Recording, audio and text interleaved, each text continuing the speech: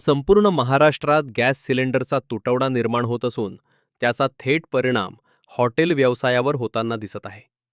ठाणे शहरातही व्यावसायिक गॅस सिलेंडरची कमतरता जाणवत असल्यानं अनेक हॉटेल बंद पडण्याच्या मार्गावर आहेत. हॉटेल व्यावसायिकांच्या मते हीच परिस्थिती कायम राहिली तर येत्या 2 दिवसात म्हणजेच रविवारीपर्यंत ठाण्यातील जवळपास 80% हॉटेल बंद होण्याची शक्यता आहे. गॅसचा पुरवठा सुरळीत न झाल्यास हजारो हॉटेल व्यावसायिक आणि त्यांच्यावर अवलंबून असलेले कर्मचारी अडचणीत येतील अशी भीती व्यक्त केली जात आहे. दरम्यान, मार्च महिन्यात हॉटेल व्यवसायासाठी विविध परवान्यांचे नूतनीकरण करावे लागते. मात्र सध्याच्या परिस्थितीत व्यवसायावरच संकट आल्यानं परवाने नूतनीकरण करणंही कठीण होईल असे व्यावसायिकांचे म्हणणे आहे.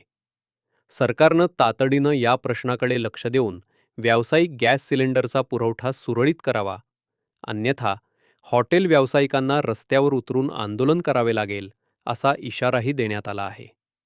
ही माहिती ठाण्यातील हॉटेल व्यावसायिकांनी पत्रकार परिषदेत दिली. आता काय ठाण्यात नाही, अख्खा महाराष्ट्रामध्ये गॅसची काळाबाजार चालू झालेला आहे. 1835 रुपयाचे सिलेंडर आता 4000-5000 मध्ये विकायला चालू केलेलं आहे आणि सिलेंडर भेटत पण नाही आहे. आता आमच्याकडे 20-30% आजपासून बंद होणार आहे हॉटेल आणि रविवार परत असंच चाललं तर सप्लाय नाही आला तर गॅसची आम्ही 80% पर्यंत आपल्या बंद होऊन जाईल.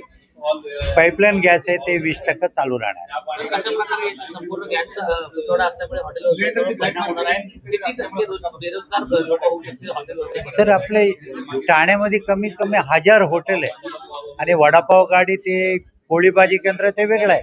मी नुसतं हॉटेलची बोलतो. 1000 हॉटेल आहे.